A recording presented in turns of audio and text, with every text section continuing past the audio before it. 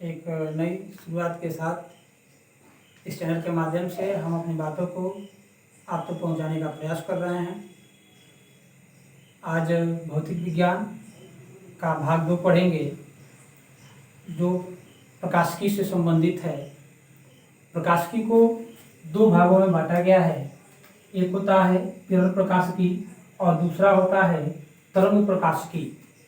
किरण प्रकाशिकी के अंतर्गत हमको पढ़ना है प्रकाश का परावर्तन, प्रकाश का अपवर्तन, उससे संबंधित घटनाओं के बारे में, जो कि हमारे परीक्षा के दृष्टिकोण से बहुत आवश्यक है।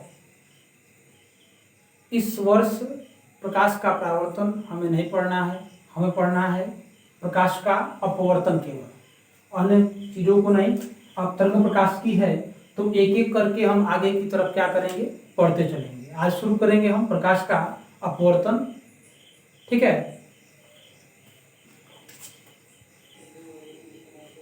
चलिए हम प्रकाश का अपवर्तन पढ़ेंगे। जैसा आप देखिए लिखा गया है कि प्रकाश का अपवर्तन क्या होता है कि जब प्रकाश की किरणें एक माध्यम से दूसरे माध्यम में जाती हैं तो क्या होती हैं, अपने मार्ग से कुछ विचलित हो जाती हैं। कहने का तात्पर्य क्या है कि अपने पथ से, जिस रास्ते से वह जा रहा है, वो क्या हो जाएगा, अपने रास्ते से विचलित हो जाएगा।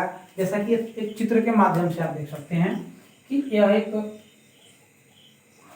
ऊपर का माध्यम हो गया, माध्यम 1, और नीचे हो गया माध्यम 2।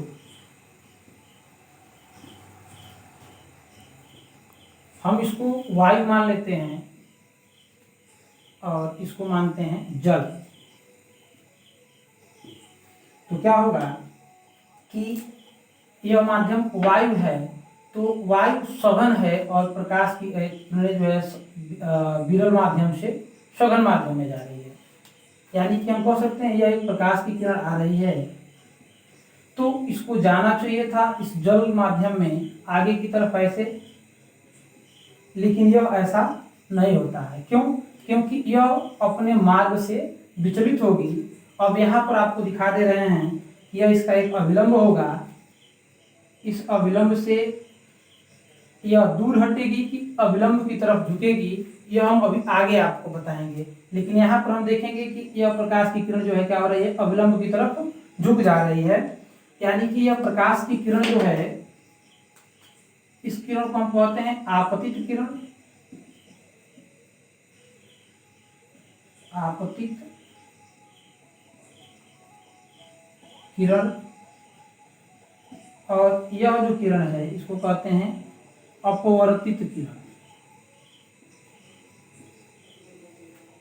अपवर्तित किरण, और यह होता है अभिलंब।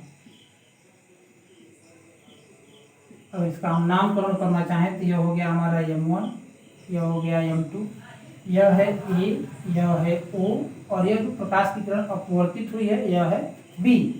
जैसा आप देख रहे हैं कि प्रकाश की किरण जो है वह एक माध्यम से चली है और चल करके क्या हो रही है, दूसरे माध्यम में प्रवेश कर रही है। और दूसरे माध्यम में जब प्रवेश करेगी तो अपने मार्ग से क्या हो जाएगी, विचलित हो जाएगी। जैसे आप देखिए जब प्रकाश एक माध्यम से किसी दूसरे माध्यम में जाता है तो क्या होता है, अपने मार्ग से कुछ विचलित हो जाता है। कहने का तात्पर्य क्या है, जो जिस पथ से जा रहा होगा जब माध्यम बदलेगा तो क्या हो जाएगा, अपने मार्ग से विचलित होगा।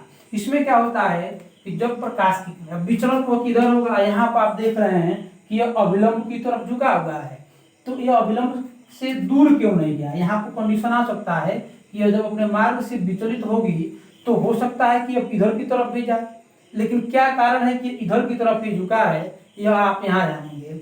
जैसे आप देख सकते हैं कि जब प्रकाश की किरणें सघन से विरल में जाएंगी, जब किसे सघन से विरल में जाएंगी, देखो पहले सघन क्या होता है हम जानेंगे। सघन और विरल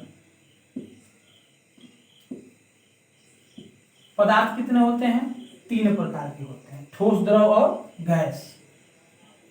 ठोस, द्रव और गैस। यहाँ हम देखेंगे तो इनकी अवस्था के अनुसार जो है, इनके कणों के व्यवस्थित होने के तरीके से इन दोनों की अगर हम बात करें तो इन दोनों में जो है या ठोस और गैस में हम देखेंगे तो ठोस के जो कण होते हैं वो क्या होते हैं, बहुत पास पास होते हैं। यानी कि ठोस और द्रव की बात करेंगे तो ठोस क्या होगा, सघन होगा, और द्रव जो होगा वो क्या होगा, विरल होगा।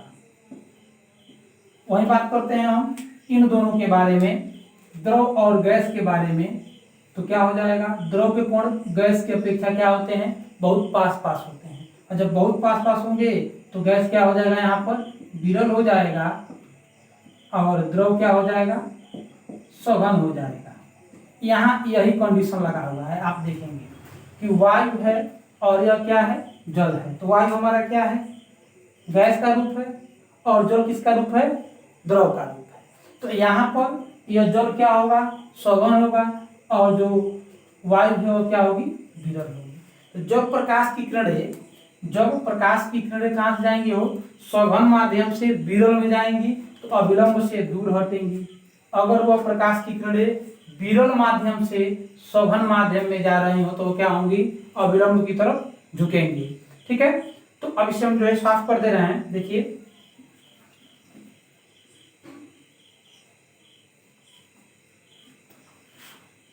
यहां हम लिख भी देते हैं, आप देख लीजिएगा। जब प्रकाश की किरणें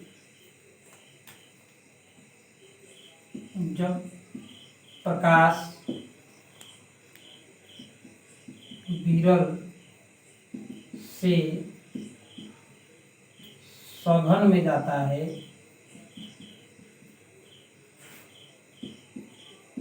तो क्या होता है, अविलंब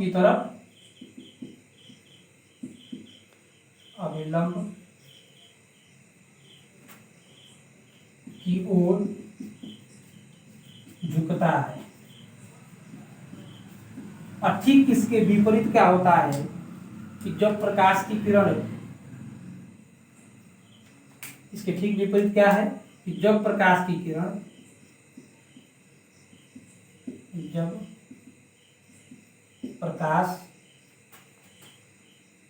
सघन से विरल में जाएगा, विरल में जाता है तो अविलंब से दूर हटता है। क्या होता है,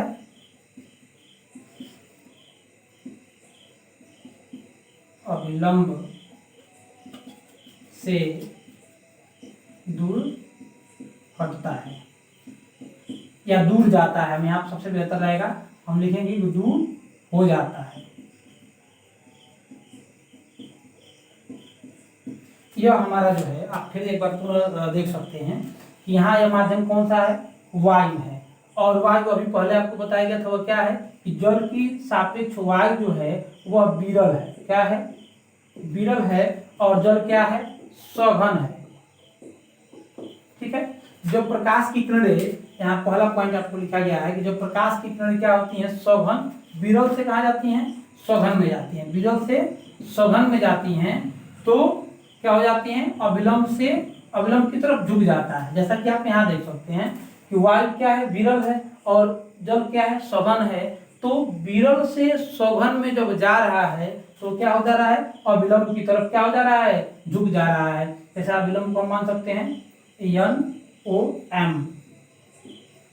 ठीक है, अविलंब की तरफ क्या हो रहा है, झुक जा रहा है। जैसे देखिए यहाँ पे हम कह सकते हैं जो प्रकाश की किरण जा रही है वह इस दोनों माध्यमों को बांटने वाला तल, यह इधर अगर जल है तो जल के ऊपरी सतह से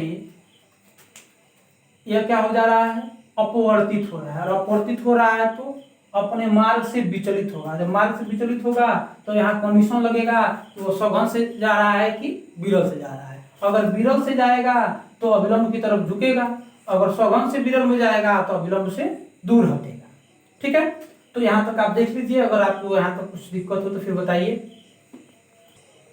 चलिए, जैसा आपने देखा क्या होगा कि जो प्रकाश की किरण है, फिर एक बार पुनः जान लीजिए कि यह है आपतित किरण और यह क्या है, अपवर्तित किरण। यह अपवर्तित क्योंकि यह यहाँ से जो जल का प्रथम तल मिल रहा है वहां से अपवर्तित होकर के जा रही है, तो यह क्या कहलाएगी, अपवर्तित किरण। यह क्या है, आपतित किरण। अब यहाँ पर हम देख लेंगे कि प्रकाश का जो अपवर्तन का नियम होता है वो 2 होता है। एक प्रकाश का अपवर्तन का नियम क्या होता है, पहला जो होता है वह जिस प्रकार हम प्रकाश का परावर्तन पढ़ते थे, जब प्रकाश का परावर्तन पढ़ते थे तो एक प्रकाश की किरण जो है क्या होती थी, ऐसे आती थी और इस तल से टकराती थी और टकराने के बाद क्या हो जाती थी, वो सीधे ऐसे निकल जाती थी। इसमें हम कहते थे, यहाँ एक अभिलंब खींच दिया गया होता था, तो हम जानते थे, कहते थे कि जब आपतित किरण और आपतित किरण, परावर्तित किरण और आपतन बिंदु पर खींचा गया अभिलंब क्या होते हैं, तीनों एक ही तल पे होते हैं। तो सेम उसी प्रकार हमारा अपवर्तन में भी क्या होगा, अपवर्तन का जो पहला नियम होगा वह होगा कि आपतित किरण यह वाला और अपवर्तित किरण यह और आपतन बिंदु पर खींचा गया अभिलंब तीनों के तीनों क्या होंगे, एक ही तल पे होंगे। इसको समझने का ऐसा है कि यह जो आपतित किरण है यह भी क्या है, व्हाइट बोर्ड पे ही है, अपवर्तित किरण है वो भी क्या है, इस बोर्ड पे ही है, और जो अभिलंब है वो अभी इससे बाहर थोड़े आया है, कहाँ है, अभिलंब जो है वो बोर्ड पे ही बनाया गया है। हम कह सकते हैं कि आप जो अपने कॉपी पर बनाएंगे इसको, तो आपके कॉपी के एक पेज पर ही आएगा, ऐसा इसमें नहीं है कि जो एक बाहर की तरफ दिखाया जाएगा तो अंदर की तरफ दिखाया जाएगा। ठीक है, तो यह तीनों की तीनों क्या है, एक ही समतल भी कह सकते हैं या केवल हम कह सकते हैं कि एक ही तल में है। ठीक है, अब देखिए तो प्रकाश का जो पहला क्या होता है कि आपतित किरण, अपवर्तित किरण और आपतन बिंदु पर खींचा गया क्या अभिलंब, तीनों क्या होते हैं, एक ही तल पे होते हैं। यह तो हो गया हमारा पहला। दूसरा होता है जिसे हम स्नेल का नियम कहते हैं। यह होता है कि एक वर्णीय प्रकाश के लिए, आप क्लास 10th में भी पढ़े होंगे, जो प्रकाश की किरण है उसमें 7 वर्ण आते हैं, 7 वर्ण आते हैं और 7 वर्णों का तरंगदैर्ध्य जो होता है वो अलग अलग होता है। अब तरंगदैर्ध्य के अनुसार ही प्रकाश का अपवर्तन होता है। अब अगर हम मान लीजिए कि जो श्वेत प्रकाश, इसी किरण को अगर हम मान लें कि अगर श्वेत प्रकाश की किरण हो, कौन सी किरण हो, श्वेत प्रकाश की किरण, अगर श्वेत प्रकाश की किरण होगा तो इस एक आपतित किरण में तो 7 रंग मिले रहेंगे, लेकिन जैसे ही जब अपवर्तन होगा तो अपवर्तित किरणें जो होंगी वो 7 भागों में बटेंगी। क्यों बटेंगी, क्योंकि 7 का अपवर्तन जो है, 7 का जो तरंगदैर्ध्य है वो अलग अलग भिन्न भिन्न होता है। जब तरंगदैर्ध्य भिन्न भिन्न होगा तो अपवर्तन कोण भी भिन्न भिन्न होगा, इसलिए हम कहेंगे एक वर्णीय प्रकाश के लिए। एक वर्णीय प्रकाश के कहने का तात्पर्य क्या है कि जो 7 प्रकाश के जो 7 वर्ण हैं, 7 वर्णों में से किसी एक वर्ण की बात हम करेंगे। तो एक वर्णीय प्रकाश के लिए आपतन कोण की जाएगा, यहाँ जो बनेगा वो क्या बनेगा, आपतन कोण बनेगा आई, और यह जो बनेगा वो क्या बनेगा, आर बनेगा। तो आपतन कोण की जया अपवर्तन कोण की जया की क्या होती है, परस्पर समानुपाती होती है। कहने का मतलब है अर्थात हम कह सकते हैं जो दूसरा नियम है वो क्या है कि साइन आई समानुपाती है किसके, साइन आर। तो अब इस जो प्रोपोर्शनल टू है इसको हम समानुपाती कहते हैं। कब, जब दोनों एक श्रेणी में होते हैं तो समानुपाती हो जाता है। अब दोनों अगर कोई एक इसमें भिन्न जुड़ जाएगा तो क्या हो जाएगा, व्युत्क्रमानुपाती हो जाएगा। इसको हम समानुपाती या अनुक्रमानुपाती कहते हैं। तो यहाँ जो है क्या है, आपतन कोण की जया और अपवर्तन कोण की जया जो है क्या है, आपस में समानुपाती है। तो इसको जब हम हटाएंगे तो एक इसमें एक नियतांक जुड़ेगा, साइन आई बराबर लगाएंगे, यहाँ जुड़ेगा क्या, नियतांक साइन आर, या हम ये रहने देंगे, इधर भाग करेंगे तो क्या आ जाएगा, साइन आई बटे साइन आर इक्वल टू क्या हो जाएगा, यानी कि हम ये भी कह सकते हैं कि साइन आई और साइन आर का जो अनुपात है, साइन आई और साइन आर का जो अनुपात है वो क्या है, नियत रहता है। क्या रहता है, नियत रहता है। अब यह नियत रहता है तो हम कह सकते हैं कि कोई भी माध्यम जैसे वायु और जल चाहे कहीं पर भी लें तो इसका जो अपवर्तनांक होगा वो क्या होगा, वो नियत होगा। हम ये भी कह सकते हैं कि अगर मान लीजिए कि माध्यम बदलेगा, अगर माध्यम बदलेंगे, यहाँ मान लीजिए माध्यम हमने लिया था क्या, वायु और जल, अगर हम मान लीजिए यहाँ माध्यम ले लेते हैं जल और क्या बोलते हैं कांच, जल और कांच लेंगे तभी भी तो यह विरल होगा, यह सघन होगा। लेकिन जो यह नियत है यन का मान वह क्या हो जाएगा, बदल जाएगा, यानी कि माध्यम बदलने के साथ साथ जो नियत मान होता है वो क्या हो जाएगा, बदल जाएगा, या हम कह सकते हैं कि नियतांक जो होता है वह बदल जाएगा, या ये भी कह सकते हैं कि जो यन का मान है वह क्या करता है, माध्यम के ऊपर निर्भर करता है, और इसे हम जो है इस यन को माध्यम का अपवर्तनांक कहते हैं। क्या कहते हैं, जो यन है उसको माध्यम का जो है क्या कहते हैं, माध्यम का अपवर्तनांक, इसे क्या कहा जाता है, माध्यम का अपवर्तनांक कहा जाता है। ठीक है बच्चों, आपको यहां तक देखिए, यह जो यन क्या कह रहा है कि यह माध्यम का अपवर्तनांक, अपवर्तनांक का मतलब कि जो यन का मान है वह अलग अलग माध्यमों में क्या होता जाएगा, बदलता जाएगा। ठीक है, एक बार देख लीजिए, आइए पुनः जानेंगे इसे। देखिए हम इसे क्लीन कर दे रहे हैं। यहाँ जो हमने माना यह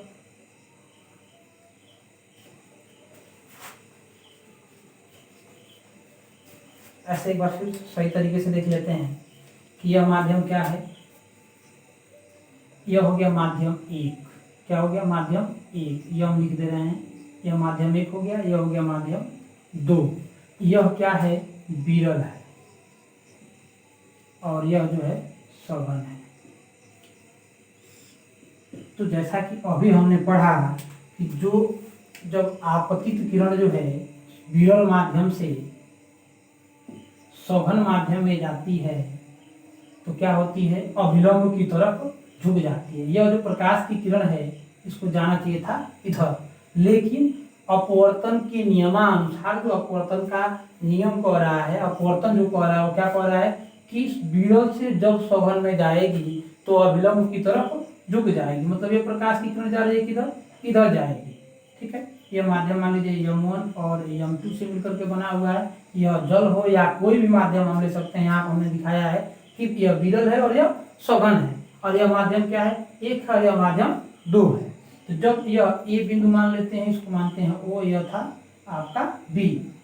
तो हमने यहाँ लिखा कि यन बराबर होता है क्या, साइन आई बटे साइन आर, ऐसा था। यह क्या कहलाता है, यह माध्यम का अपवर्तनांक कहलाता है। अब यदि हम मान लें कि यह माध्यम कौन सा है, एक है, यह माध्यम दो है, तो अब हम सापेक्ष और निरपेक्ष अपवर्तनांक को जानेंगे। ठीक है, इसको अभी हम बताएंगे। पहले हम इसे ऐसे सिंपल सा समझें तो हम कह सकते हैं यहाँ जो दिखाया जा रहा है यह माध्यम एक के सापेक्ष माध्यम दो का अपवर्तन दिखाया जा रहा है। क्या दिखाया जा रहा है, क्यों दिखाया जा रहा है, देखो यहाँ यह क्या है, प्रकाश की किरण स्टार्टिंग पॉइंट इसका कहाँ है, माध्यम एक है। माध्यम एक से प्रकाश की किरणें चल रही हैं, और माध्यम दो क्या है, जल है। माध्यम दो जल के जो है परत से टकराता है, टकराने के बाद इसका क्या हो जा रहा है, प्रकाश का अपवर्तन हो जा रहा है। तो हम कह सकते हैं कि 1/2 equal to sine i upon sine r. यहाँ हमने यह 1 और 2 माना है, माध्यम एक और माध्यम दो माना है। देखिए माध्यम एक और यह माध्यम दो। अगर मान लीजिए हम कहते हैं कि यह वायु है, तो वायु को व्यक्त करते हैं ए से, तो हो जाएगा ए, और यह मान लीजिए जल है तो हो जाएगा a W equal to sine i upon sine r. जो भी माध्यम होगा हम उस माध्यम को यहाँ पर रख सकते हैं। ठीक है बच्चों, एक बार फिर पुनः समझ लीजिए। जब प्रकाश की किरणें क्या होती हैं, वो एक माध्यम से किसी दूसरे माध्यम में जाती हैं तो अपने मार्ग से क्या हो जाती है, विचलित होती है। अपने मार्ग से क्या होती है, विचलित हो जाती है, और मार्ग से विचलन होने की प्रक्रिया को ही क्या कहा जाता है, प्रकाश का अपवर्तन कहा जाता है। ठीक है बच्चों, यहाँ तक आप देख लीजिएगा। अगर समझ में नहीं आता है तो आप हमें सूचित कर दीजिए।